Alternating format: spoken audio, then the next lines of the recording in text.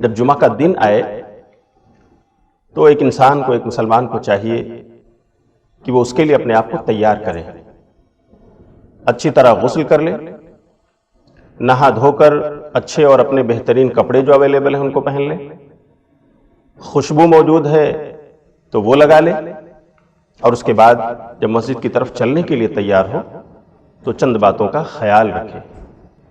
ان میں سے ایک بات یہ ہے کہ آدمی بالکل وقار، سکون اور اطمینان کے ساتھ راستہ طے کرتے ہوئے جائے، دوڑ نہ لگائے۔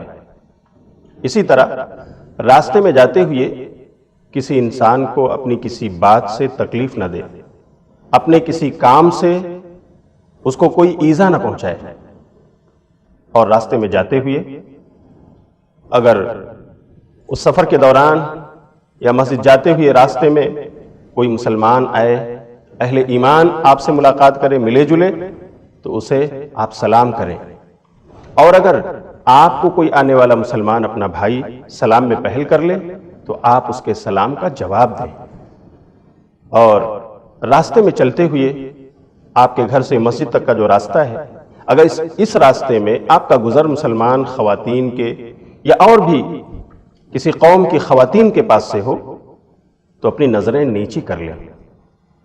یہ تعلیمات پیارے نبی صلی اللہ علیہ وسلم نے نمازیوں کو دی ہیں کہ آدمی جب نماز کے لیے نکلے تو بڑے وقار اور سکون کے ساتھ آئے، دوڑے نہیں، اور مسجد میں آ کر کے وہ اطمینان کے ساتھ اپنی نماز ادا کرے جو کچھ اسے ملے، اور اگر کوئی چیز چھوٹ جاتی ہے تو اسے بعد میں قضا کرے۔ لیکن ہوتا کیا ہے کہ کبھی کبھی ہم لوگ اس کا خیال نہیں کرتے، اور راستے میں آتے ہوئے جاتے ہوئے ہم اور آپ وقار اور اطمینان کا مظاہرہ نہیں کرتے۔ بہت مرتبہ ایسا ہو جاتا ہے، ایسا اس لیے بھی ہوتا ہے کہ ہمیں علم نہیں ہے، ہمیں نالج نہیں ہے۔ تو میرے بھائیوں، میری بہنوں، ہمیں اس تعلق سے علم حاصل کرنا چاہیے۔ نبی صلی اللہ علیہ وسلم کے ایک صحابی ابو بکر رضی اللہ تعالیٰ عنہ ہیں، ایک بار وہ وضو بنا کر نماز پڑھنے کے لیے آئے، اور جب مسجد میں گھسے تو دیکھا کہ جماعت رکوع میں جا چکی ہے۔ وہیں سے دوڑتے ہوئے رکوع میں چلے گئے اور دوڑتے آ کر صف میں شامل ہو گئے۔ نماز تو انہوں نے مکمل کر لی، لیکن نبی صلی اللہ علیہ وسلم نے ان سے کہا زادک اللہ حرصا ولا تعد۔ بعض لوگوں نے پڑھا ولا تعد، جس کا مطلب یہ ہے کہ میرے صحابی ابو بکرہ، اللہ آپ کی لالچ کو بڑھائے، آپ کی حرص کو بڑھائے نیکی کے لیے، لیکن دیکھو دوبارہ ایسا نہ کرنا۔ یعنی تم دوڑتے ہوئے آئے ہو، وقار اور سنجیدگی کا مظاہرہ آپ نے نہیں کیا ہے، یہ نماز کے لیے درست نہیں ہے۔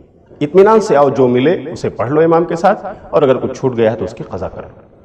یہاں پر ایک غلطی یہ بھی ہوتی ہے کہ جمعہ کے دن جب ہمارے بطور خاص نوجوان نکلتے ہیں تو جاتے ہوئے راستے میں کسی چوراہے پر رک گئے، حالانکہ اذان ہونے والی ہے، امام ممبر پہ بیٹھنے والا ہے، لیکن ہم نے وہاں چوراہوں پر، نکڑوں پر کھڑے ہو کر اپنا وقت گزار دیا۔